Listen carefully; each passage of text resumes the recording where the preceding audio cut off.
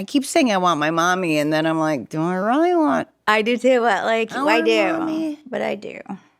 I do. She was always good in an emergency. She Here, really was. There's a picture from the last set. This is our mom. Beth Ann. Beth Ann. She was a lot. She was amazing. We miss her. We do. And it's funny, Amy's V and I we were in England and we both were sick and we were in my hotel room and I was in a ball on my bed and we both were like, I want my mommy. And then we both were like, well, maybe not. Yeah. No, you can't think it through too much. Then it changed to like, I want a mommy. I want a mommy. Or like, I want my mommy, but just like for a second. Yeah. And then she goes. Right. Right before she like nitpicks every element of your being. One time, Mom was sick, all right? And it's not funny, but I was in her bathroom because we would all just be, yeah. And she was. Mom's bathroom. She was sitting on the toilet. She weighed like 90 pounds. And she was emptying her ileostomy bag into the toilet. And I was getting ready to go. We were going somewhere. And she looked at me and she goes, a little blush wouldn't kill you. I never forgot it. Yeah, it's really like but really amazing. She's right. Mean. She's right, though. There's not enough blush in the world for us. That's true. Our faces eat blush. Yeah.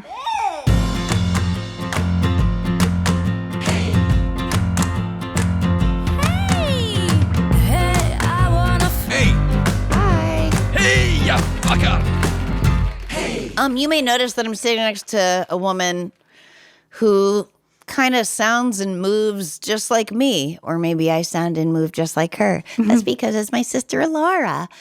That's who is my guest today. Laura Silverman, my sister, one of 3 older sisters I have. Hey, my Fitbit just started. I'm not walking Fitbit.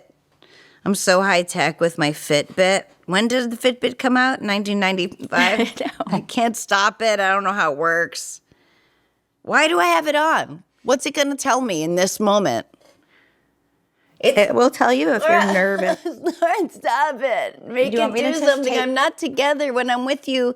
There's some part of me that says I don't have to be together because Laura's here. Aw. So here I am where I'm usually so together. It's and off. more like this. Do you want to just take it off? Yes. Do you want me to do it for you? Kind of. I will. I'd love to. I got it. It's gone. All right. Okay. Bye, Fitbit. Okay. Yeah, I think that's really actually true. Laura is here, and where I'm usually completely together, I feel very comfortable going, I can't. Aw. And So flatter. I mean, I'm so happy that I have that effect on you. you do have that effect on me. Let me tell you a little bit about Laura Silverman, my sister. She is an actor. She's a writer. She, you may know some of her work from, we worked together on the opening scene of Jesus is Magic, my very first special, the Sarah Silverman program, which she starred in and played my younger sister, even though she's older. And I remember telling you, I was like, you're going to play my younger sister. And Laura was like, thank you. We also play Ollie and Andy on Bob's Burgers. And she stars on and is now shooting season 3 of The Comeback with Lisa Kudrow. If you know, you know. I don't think I've ever said if you know, you know. We like to sing together. She's got the best voice you've ever heard. And sometimes what did that come out of you? Yeah. Yes. I was clearing my throat. And we like to harmonize. And you recognize her voice, not just from Bob's Burgers. Of course, she was Laura from Dr. Katz Professional Therapist, which is like epic, iconic. And she does voices on shows like Metalocalypse. Did I say that right? Yeah. Anyway, I'm glad that you're here with me today. And I know there's so much to talk about, but then, and yet, where do we even begin? Maybe there's a caller that wants to ask a question. I love callers. I love questions. About sisters. You left me a message. Now I'm playing it for the world. Let's hear some voicemail. Sarah, I'm from Aotearoa, aka New Zealand, and I was gifted your book, The Bedwetter, about 10 plus years ago. And I've been following and adoring you and your career ever since. Oh my God. You had me at It's Yellow and It's Not a Phone, Bananas. Oh my God, And I love that. I raised my now 18-year-old with you too. I love how you love your family. Some say you have dark humor about some of your family business or whatever, but I've resonated with this and you've healed me in more ways than you'll ever know. And I wanted to ask about your sisterhood and what are some of the ways you will stay strong and connected to each other through these wild times. Thank you, Sarah. Bless you and your family, and bless you and your wonderful heart and brain. Aroha nui. Much love. Oh my God, Serene, what a call to get. Amazing. That's so cool. And also, New Zealand. I always wanted to go there. How do we And stay there. maintain our our bonds, our sisterly bonds? Yeah, we do. The phone. Well, the phone, like WhatsApp groups and texting, but we have a problem with calling. But the reason we have a problem with true. calling, and we're trying to fix it, is because we are incapable of talking to each other on FaceTime or on the phone. But now it's just always FaceTime. Why not? Yeah. Without talking for at least an hour, if not two. We Right. can't stop. And it's like you just started that. hesitate. You started saying, call for 2 minutes. Yes. Call for 1 minute. Stop putting so much pressure on a call. Like, we're constantly texting. We text for a minute and then stop. Yeah. Yeah. Like my husband calls his sister all the time, and he just goes like, oh yeah, let me ask Johnson. He goes, hey, what's that? Hey, how's your day going? Oh yeah, good. What's that spice that you put in the doll? Oh right. How much? Okay, bye. Like that. Oh my God. All the time. And I'm like, oh, they didn't even say I love you. Like, I'm so jealous. We say it 40,000 times. We're like, I love you too, I love you more. more. That's impossible. Yes, All day. it is. I mean, it's like the getting off the phone. We tried to work on it, but because we start doing a deep dive into something, and then we have all kinds of other things to talk about, and then maybe there's some gossip, and then maybe just like we'll just hang out, like with the phone on and just hang out with each other. But it's like daunting because it's like, well, if I call her though, I really wanted to have this afternoon to myself.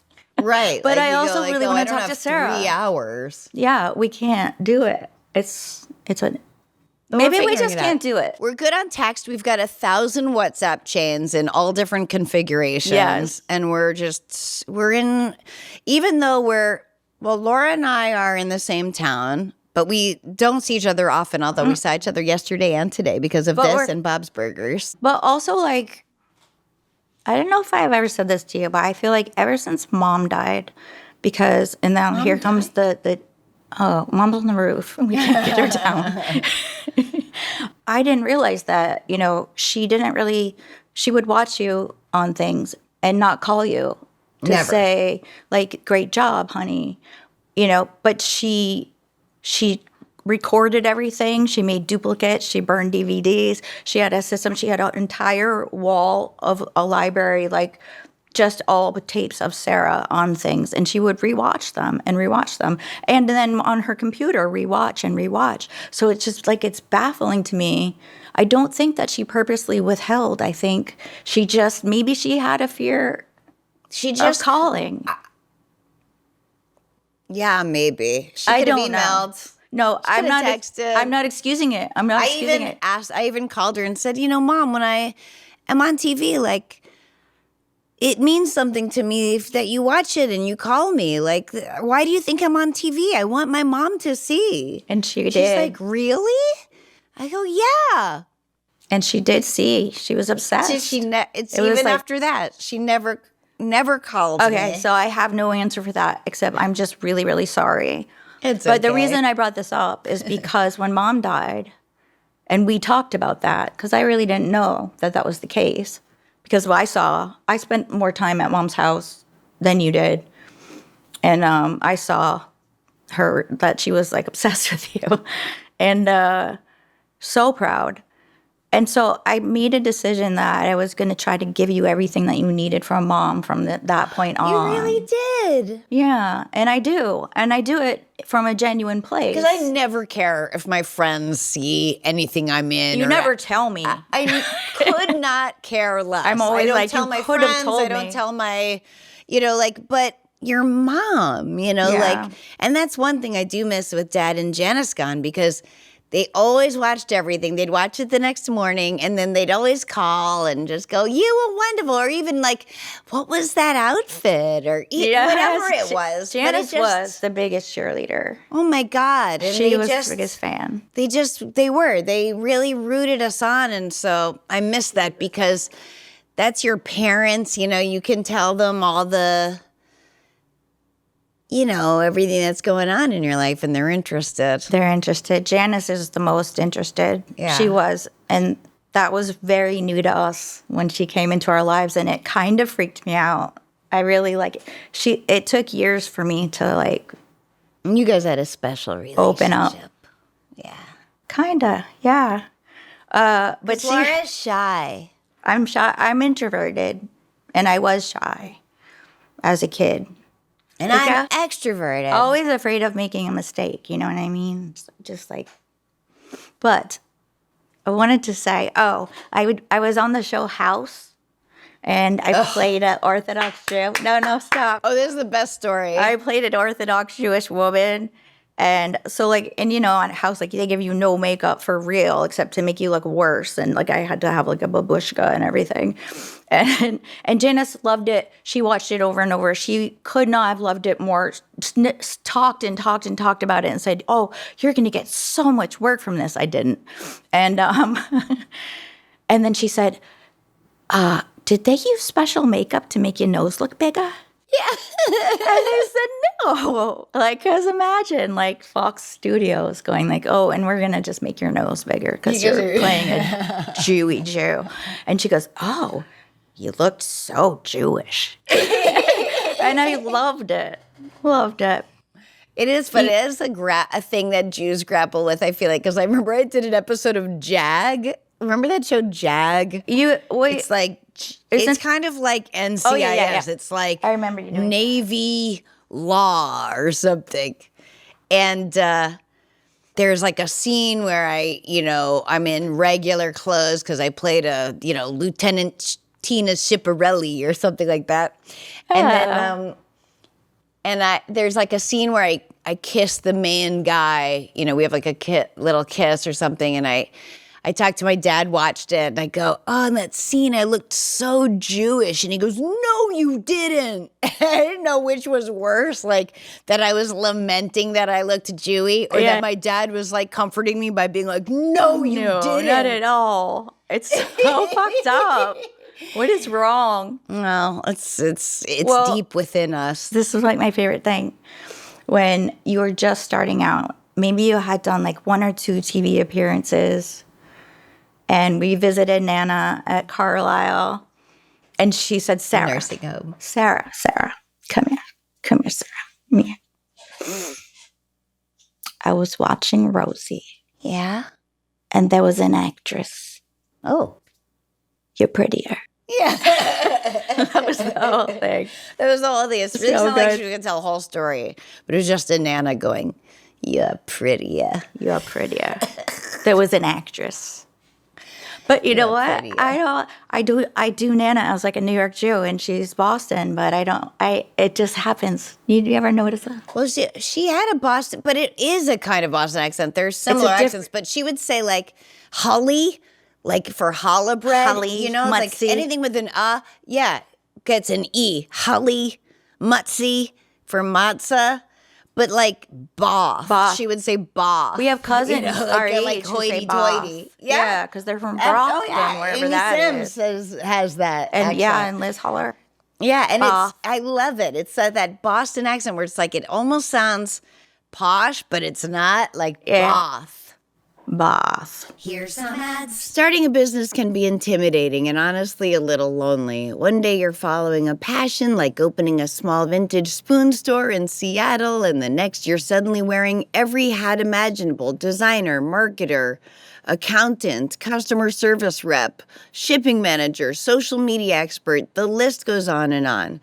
People love your little spoons, and that excitement keeps you going, but behind the scenes, it's a constant juggling act. You're figuring out how to build a website, answer emails, manage inventory, ship orders, and somehow make it all look effortless, stirring up success one tiny utensil at a time. There is so much to learn, and the list of to-dos never seems to end, but you know you can just get the right systems in place. Your little dream could really grow into something big. It's the same story for anyone launching something new, whether it's your own podcast, a product line, or a creative project. The excitement can quickly get buried under all the logistics and decision-making. That's where having the right partner really changes everything. Turn your big business idea into cha-ching with Shopify on your side. Sign up for your $1 per month trial and start selling today at shopify.com/Sarah.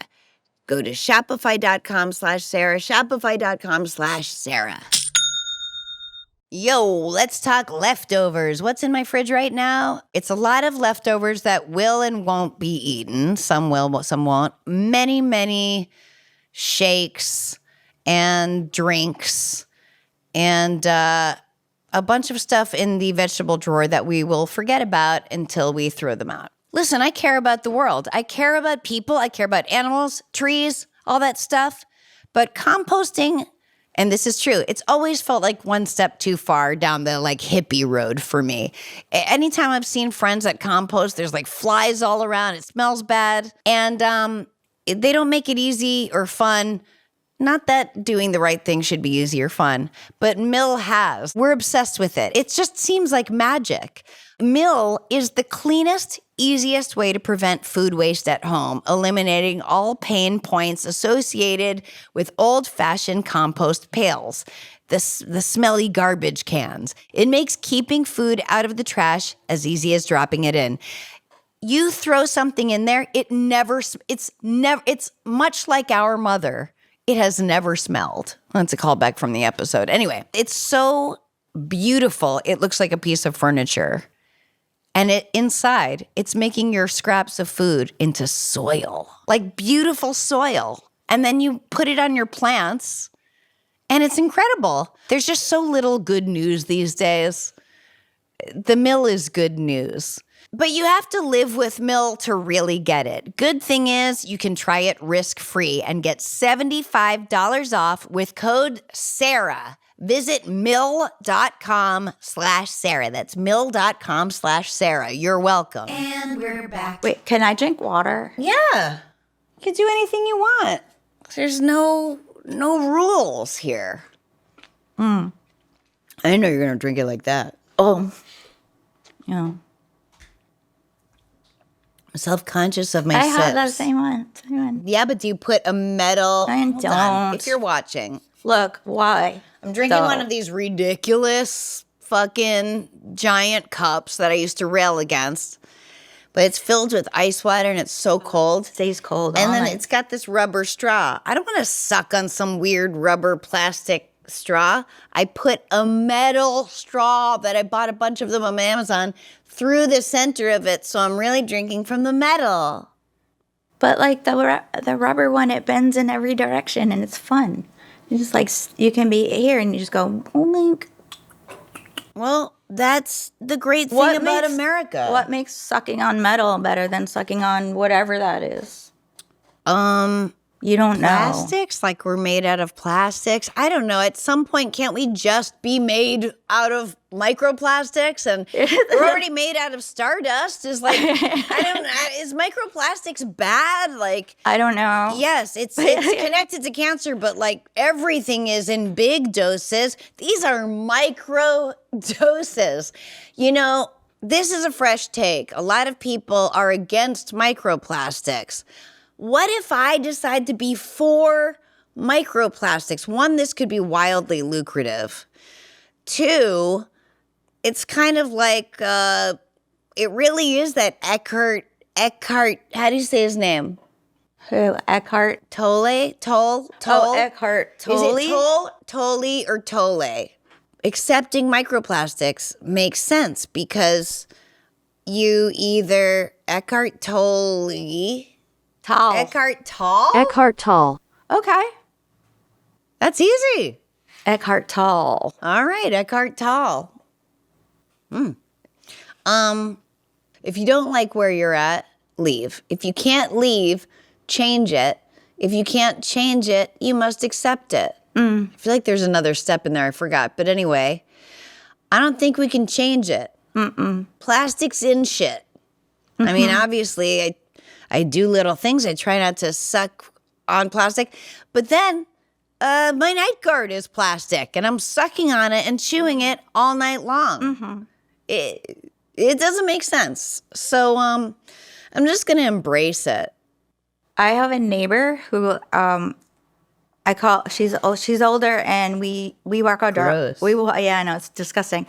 And we walk our dogs together in the mornings, and I call her doom and gloom from door to door because she just knows every single fact about like what's terrible in the world and what's going to kill us and what's wrong with the city, and can get any subject, and she just talks and talks and talks and talks. So she's going on and on and on.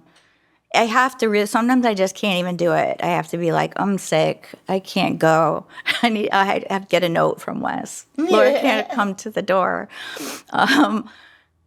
So we're walking. We're sort of back near the house, and I said, "Have you heard about these forever chemicals?" And she just kind of it was like her brain just sort of like malfunctioned, and she was like, cannot process, and she goes, well, we all have to die of something. Wow. I was like, I broke the machine.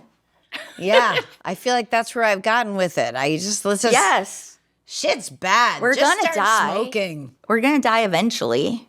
We're so much closer to that now than we ever used to be. Oh, because we're older? Yeah. Oh, yeah. I think as you get older, you just start going like, well, I'm going to do stuff that will make my life while I'm still here as good as it can be. Like I'll exercise. Now I exercise and I love it. I used to hate it because I was doing it because I thought maybe something was wrong with my body or I had to look a certain way or whatever. Now I do it because I want to be strong, you know, and it feels good. We have to. Things like that. But like, I try to eat well, but I also eat whatever the fuck I want. Right. Because, this is my one and only life. Listen, I have to be home as much as possible watching TV and playing Call of Duty. Oh, yeah. And I don't see that as wasting time. I don't either. Some people either. like travel. Right. I don't. Some people like reading. I do. Yeah, you love reading. I love it. Some people like lived experiences. And some people like watching other people's lived experiences. I'm more in that category in Absolutely. my regular life. I wasn't referring to that. I mean, especially at this point in my life, I've come to the conclusion that, like, yes, this is my one and only life. And I don't want to waste it. But not wasting it can absolutely mean that I take several naps a day because Yes. I love dreaming. I believe that dreaming is actually lived experience. You can't convince me otherwise because I remember my dreams.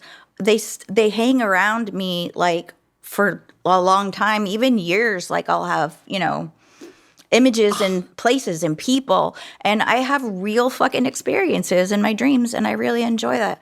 And I like being alone, and I like having nothing on the schedule to do. That's how we are the same. I mean, Yes. I always say I have a very active dream life, and Yeah. I have to be there a lot. I do too. And also, who can say which is real? Exactly. This is the real one? Exactly. Are you fucking serious? Like, at my old apartment, there's people, these people lived in my old building, and I'd walk out and they'd be mounting their mountain bikes on top of their car. And I would just be like, oh God, why do you feel like you have to do that? No, but that's their joy. I know. But it felt, I know that. But I just like, I so intensely couldn't relate that it seemed sad to me. But of course they love it. Well, that's. I mean, they like being really bored riding a bike. Ego, because you're putting what we do naturally, our ego, is we see something and we put a judgment on it so that we feel that we fall somewhere that is acceptable in place. So Fair. You can't like the people putting dirt bikes on their car, because if you do and you don't do that, like it or enjoy it or can get your head around it, then what does that say about you? You're less than. You aren't normal, or you don't. When the truth is, everyone's different. Everyone likes the things they like, and that's that. Here's some ads. Y'all, it's fall, which means it's time to bring out the sweaters from storage. You know, there's something about swapping out my wardrobe for the new season that can make a big difference in my mindset, even though it's a small thing I do every year. Little details that mark the changing of the season feel good, and that includes updating your makeup look. From a simple, just gotta get out the door routine to festive fall glam, Thrive Cosmetics is your go-to for completing any look. Every product is 100% vegan, cruelty-free, and made with clean, skin-loving ingredients that work with your skin, not against it. I really live for the Liquid Lash Extension Mascara. It's vegan tubing mascara with over 40,000 5-star reviews. I love the tubes. It comes in 6 shades that last all day without clumping, smudging, or flaking, and it makes your lashes look extra long by wrapping around each lash from root to tip.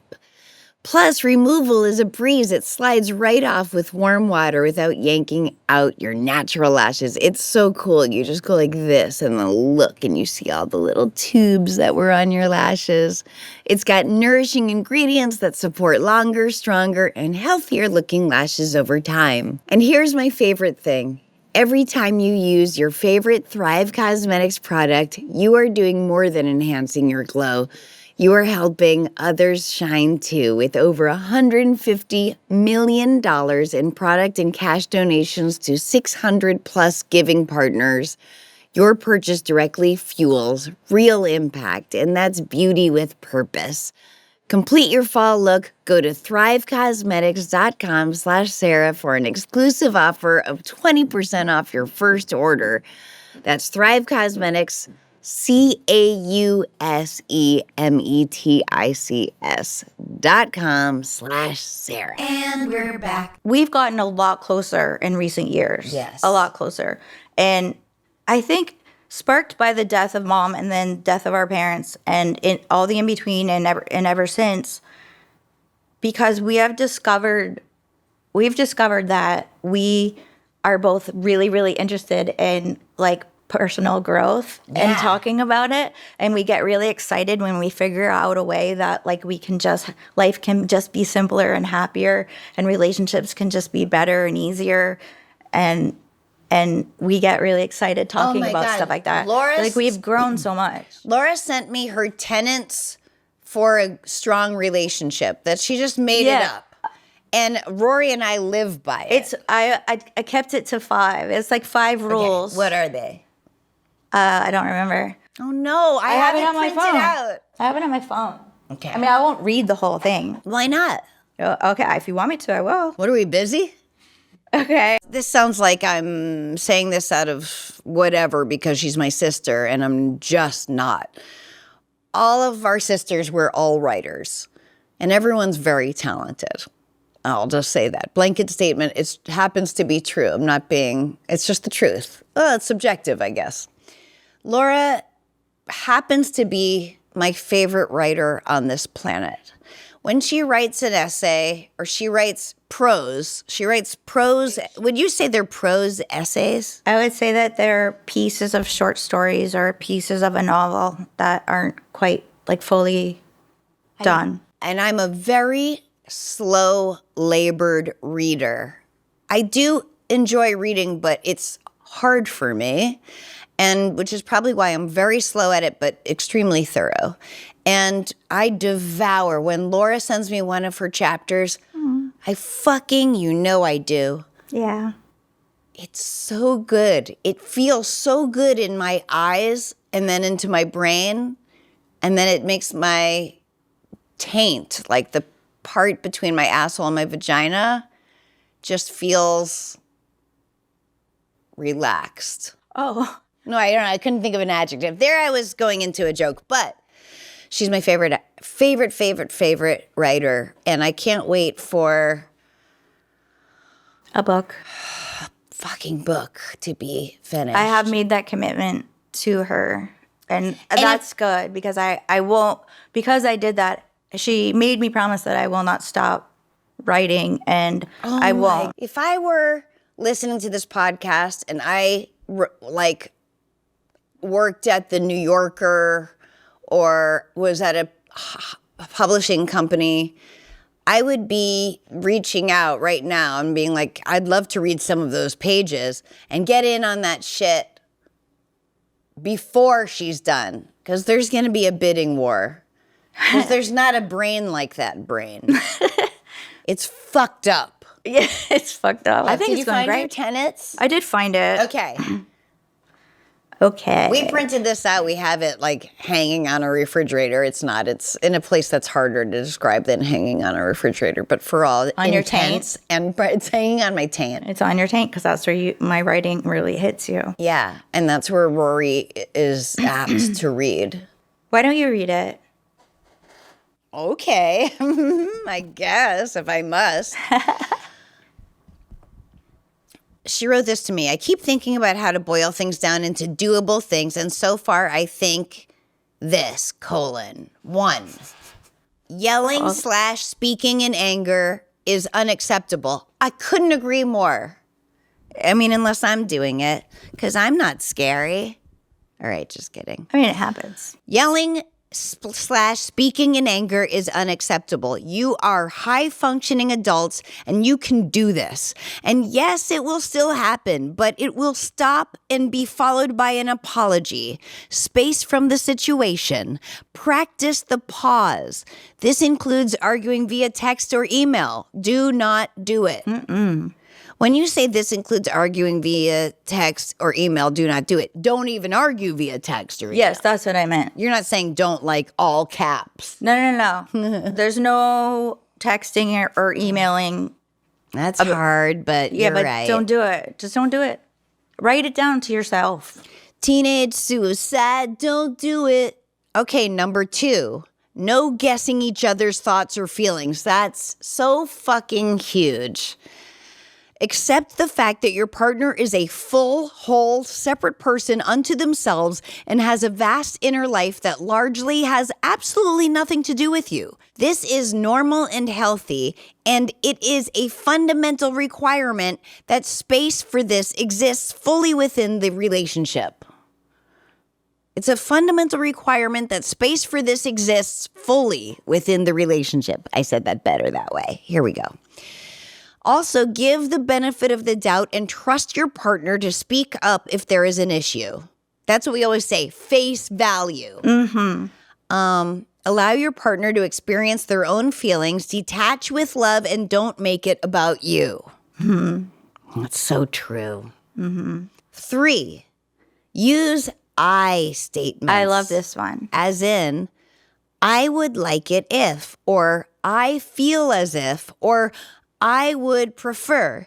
Practice this as much as possible at all times. Limit yourselves to I statements during conflict. Yeah, because then you have to have the nads to say you want something instead of saying you should or you shouldn't or why don't you.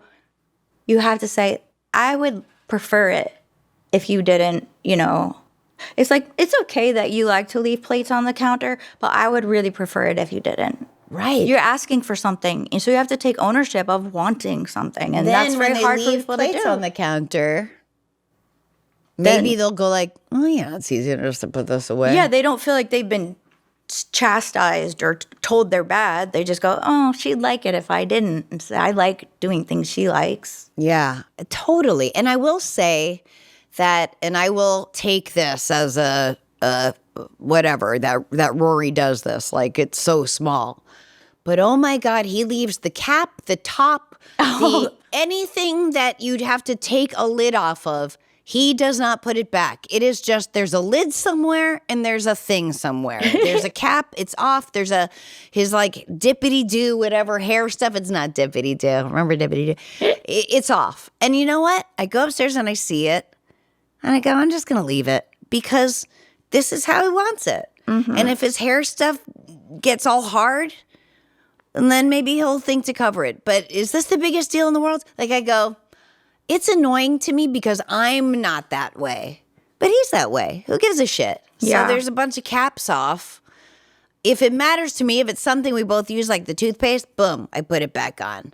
Yeah. But other stuff, I just let him do it the way he likes it. Also, it's like, not that it matters that something's quote unquote normal, but it's like the argument as old as time, like not putting shit away or not putting the cap on the toothpaste. Like, Wes is like, I don't care. we have it like an open pantry in the kitchen. So like I feel if you have an open pantry, like things have to look pretty on it. It has to be arranged nicely. And he just puts things back like however. But so I just fix it. Yeah.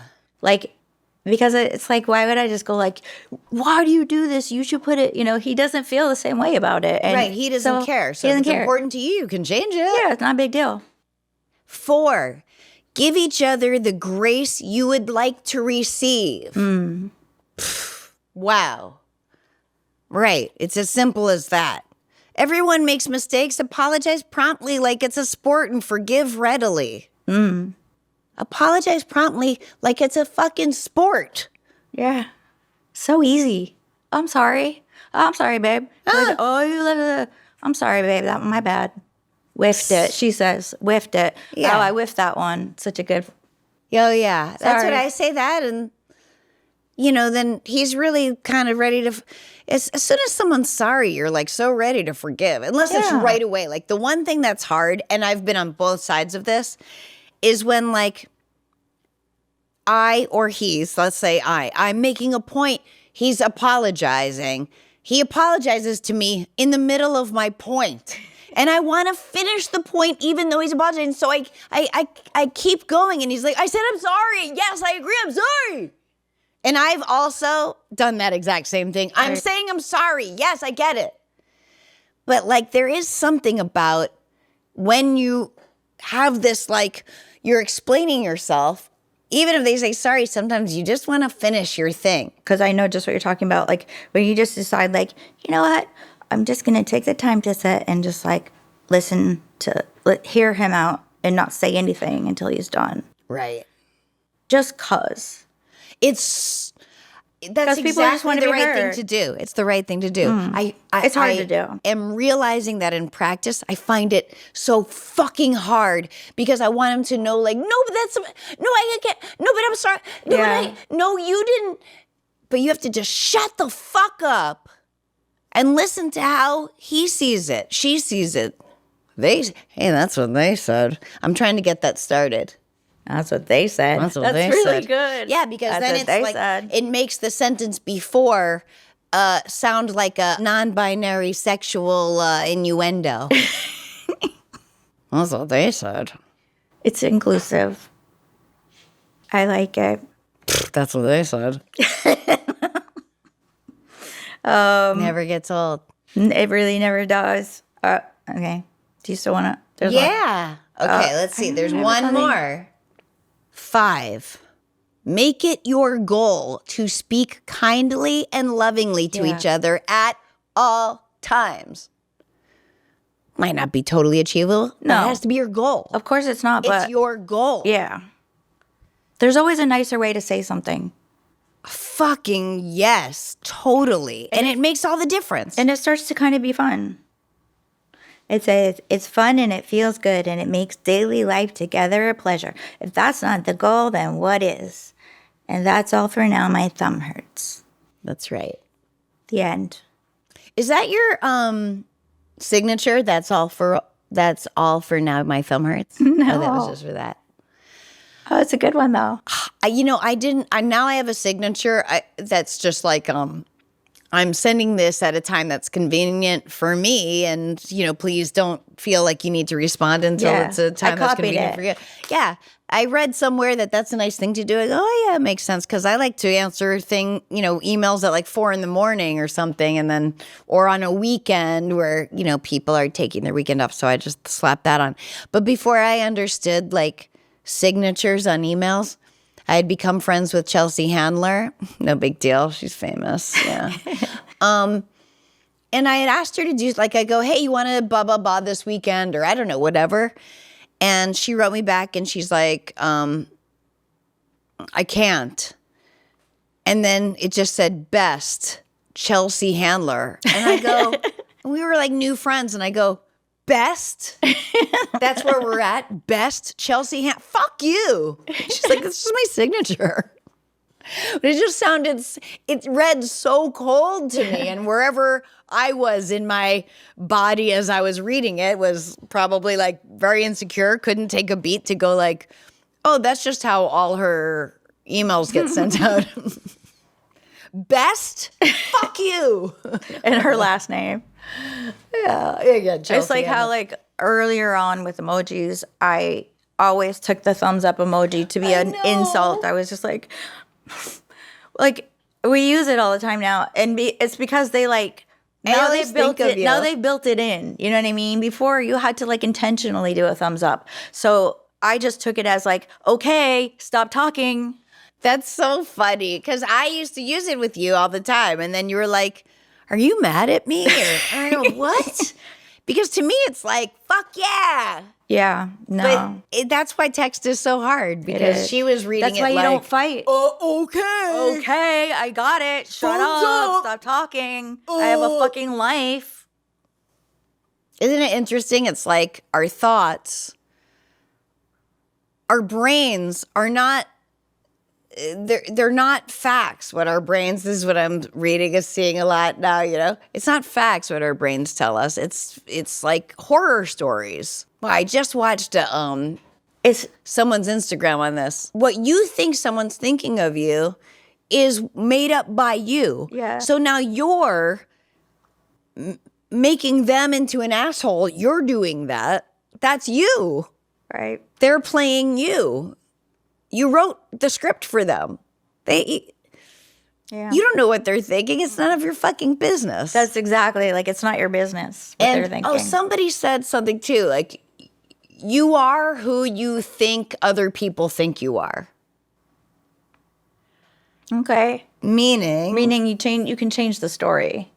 Yeah, but also that, like, people are not who they want to be because they are bending to the will of what they imagine with their imaginations other people think of them. Right. And it actually just really doesn't matter. I went on a date with a guy once who told me the greatest thing that his dad said about Instagram. His dad calls Instagram, watch me watch the sunset. Yeah. Oh, it was the best thing that came from this date, which was actually fine. It was nice. But that I always think of. Should we take another call? Hi, Sarah. How are you? My name is AJ from Canada. And my question is, when you were little, what was your absolute favorite toy to play with? I had an Evel Knievel that had like this red plastic thing that you go vink, like a zipper thing that you pull out of it, and then it goes wee, and he went on a I think they were called STB cars. STP cars. Oh, like STP oil. I don't know. It was Evel Knievel. It was an Evel Knievel. I love that, and also just Legos. We didn't have a lot of toys. As a matter of fact, I was laughing because I was looking at a photograph, a black and white portrait of my dad. And I looked on the back, and my mom had given it to me for my 11th birthday. What? Oh, the Evel Knievel? No, what? A portrait, a black and white, like, profile portrait of dad. What? Yeah, and then there's like a needlepoint that she gave me for my 17th birthday. And by the way, of one of her needlepoints. Oh, it's just one like of her embroideries. Yeah, one of her. So, but it's just funny, like, we didn't do presents like that. Like, we did crafts, but sometimes, like, I got the universal Lego set and I love that. But for instance, Mom would not buy me Barbies because they had unattainable waists and fake tits. Yeah. She I didn't mean, like all Barbies. dolls have fake tits. Ultimately, Well, yeah. they're fake. If they had real tits, it would be, Yeah. they would have to have taken would- them off of babies, fetuses. Fetus tits? Yeah. With implants Fetuses with implants. would have to be embryos Embryos. with implants to make on a doll. dolls that Yeah. our mom would like. Because the tits would be real. Ooh, you can feel the difference. Oh, Jesus Christ. On a cracker? Christ on a cracker. Was it you or me that asked for? I think it was you. Nana was on the phone. She wanted to know what we wanted, and you wanted the Barbie hair Yes. thing, makeup thing, and I had to say it to Nana like so many times and more clearly and slowly to make sure that she got it. It was like just the shoulders up of a big Barbie with a Barbie big head. head. And, I just cut all the hair off and then that was basically Completely it. off. It takes like how long till all the hair's gone? I know. I really thought I was doing like a hairstyle.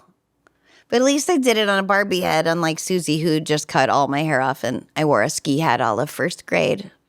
Yeah, it was bad. I'm almost over it. I do remember you crying though, and it would break my heart when you cried. I couldn't. No, because stand it. Susie cried, and so I had to like. Oh, you knew. Oh, I cried, but then Susie cried, and then I felt bad. Oh, okay. And Dad, this is what I say at the end: wherever you are in time, space, no, space, time, that's one word. We are winding down. This is the part of the show when I say, send me your questions. Go to speakpipe.com/the Sarah Silverman podcast. That's speakpipe.com/the Sarah Silverman podcast. And subscribe, rate, and review wherever you listen to your podcasts. And if you have not done this yet, now is a great time to subscribe to Lemonada Premium. Just hit the subscribe button on Apple Podcasts, or for all other podcast apps, head to lemonadapremium.com for bonus content you will not want to miss. That's lemonadapremium.com.